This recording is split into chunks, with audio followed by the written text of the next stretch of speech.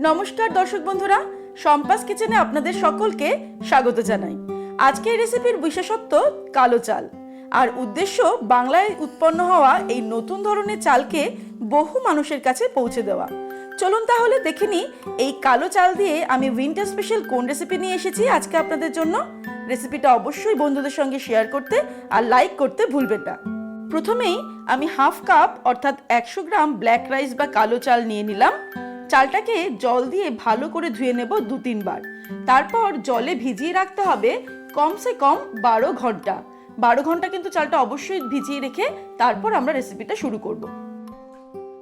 এবারে আমি একটা প্যান নিয়ে নিলাম। প্যানের মধ্যে নিয়ে নিচ্ছি 1 লিটার দুধ।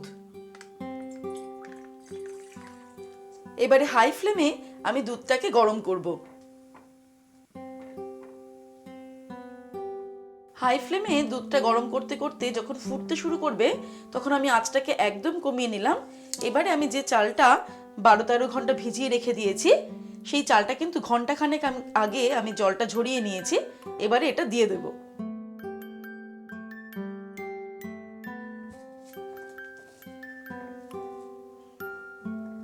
চাল দেওয়ার পরে এবারে আমরা মিডিয়াম টু লো ফ্লেমে রান্না করব ততক্ষণ পর্যন্ত যতক্ষণ না চালটা সম্পূর্ণ সিদ্ধ হয়ে যাচ্ছে। আর আমি 2টো তেজপাতা দিয়ে দিলাম। আমাদের কিন্তু এভাবে নাড়তে নাড়তে রান্না করতে হবে যাতে কোনো মতেই দুধটা নিচে না লেগে যায়। আর এই কারণে আমি মিডিয়াম টু লো ফ্লেমটা ইউজ করতে বলেছি। আপনারা নাড়তে নাড়তে অবশ্যই রান্নাটা করবেন। এই পায়েস তৈরির জন্য চালটাকে কিন্তু আমরা আলাদা করে প্রেসার কুকারেও ভাতটা তৈরি করে নিতে পারি। সেক্ষেত্রে প্রেসার কুকারে 2 থেকে 3টে সিটি আমরা ব্যবহার করব। 7-8 মিনিট ধরে আমি নাড়তে নাড়তে রান্না করছি মিডিয়াম টু লো ফ্লেমে। তবে চাল এখনো সিদ্ধ হয়নি, চালটা সিদ্ধ হতে আরেকটু সময় লাগবে। তবে আমরা দেখতে পাচ্ছি যে দুধের কালারটা কিন্তু চেঞ্জ হয়ে একটু বেগুনি বেগুনি হয়ে গেছে। চালটা সম্পূর্ণ সিদ্ধ হয়ে গেলে আমি ফিরে আসছি। চাল দেওয়ার পরে প্রায় 15 থেকে 20 মিনিট সময় লাগলো চালটা সম্পূর্ণ সিদ্ধ হতে। চালটা কিন্তু এখন সম্পূর্ণ সিদ্ধ হয়ে গেছে। এবারে আমি এর মধ্যে দিয়ে দিচ্ছি গুড়। যেহেতু এটা শীতকাল তাই পাটালি গুড় দিয়ে দিচ্ছি। আর অন্য সময় হলে কিন্তু চিনিও দেওয়া যেতে পারে। আমি এখানে 200 গ্রাম গুড় দিয়ে দিচ্ছি। তবে আপনারা কিন্তু নিজেদের স্বাদ অনুযায়ী কতটা মিষ্টি পছন্দ সেই অনুযায়ী গুড়টাকে অ্যাড করবেন। এবারে আমরা অপেক্ষা করব গুড়টা একদম সম্পূর্ণ মিশে যাওয়া পর্যন্ত, অর্থাৎ গুলে যাওয়া পর্যন্ত। তারপর আমরা মিষ্টিটা চেক করে নিয়ে যদি প্রয়োজন হয় আরও একটু গুড় দিয়ে দেব। ফ্লেমটাকে আমি এবার বাড়িয়ে দিয়েই নাড়তে নাড়তে রান্নাটা করব।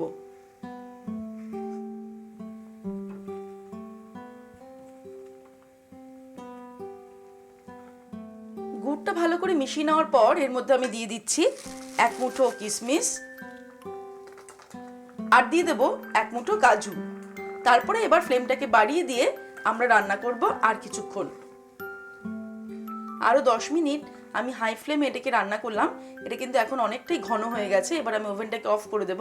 আমাদের পায়েস কিন্তু একদম রেডি। তবে ঠান্ডা হতে দিয়ে এটাকে আমরা ঠান্ডা ঠান্ডা সার্ভ করব। তৈরি হয়ে গেছে আমাদের আজকের উইন্টার স্পেশাল কালো চাল দিয়ে গুড়ের পায়েসের রেসিপি। গত বছর তুলাইপাঞ্জি চাল দিয়ে পায়েস তৈরি করে দেখিয়েছিলাম, এবার কালো চাল দিয়ে পায়েস তৈরি করে দেখালাম। কারণ বছরে একবার তো গুড়ের পায়েস বাড়িতে তৈরিই হয়, সেক্ষেত্রে এবার কালো চাল দিয়ে কিন্তু আমরা পায়েসটা তৈরি করতে পারি। সেটা কিন্তু খুবই টেস্টি হবে। আমার আজকের এই নতুনত্ব রেসিপিটা আপনাদের কেমন লাগলো কমেন্ট সেকশনে কমেন্ট করে জানাতে ভুলবেন না। ভালো লাগলে লাইক করবেন এবং সকলের সঙ্গে শেয়ার করবেন। আর এরকমই দারুণ দারুণ রেসিপির আপডেট পাওয়ার জন্য এক্ষুনি আমার চ্যানেলকে সাবস্ক্রাইব করে নিন, বেল নোটিফিকেশনটা ক্লিক করে নেবেন। তাহলে আমি যখনই কোনো রেসিপি আপলোড করব আপনারা তার নোটিফিকেশনটা পেয়ে যাবেন। ভালো থাকবেন, সুস্থ থাকবেন। আমি আবার হাজির হব নতুন নতুন রেসিপির সঙ্গে। নমস্কার।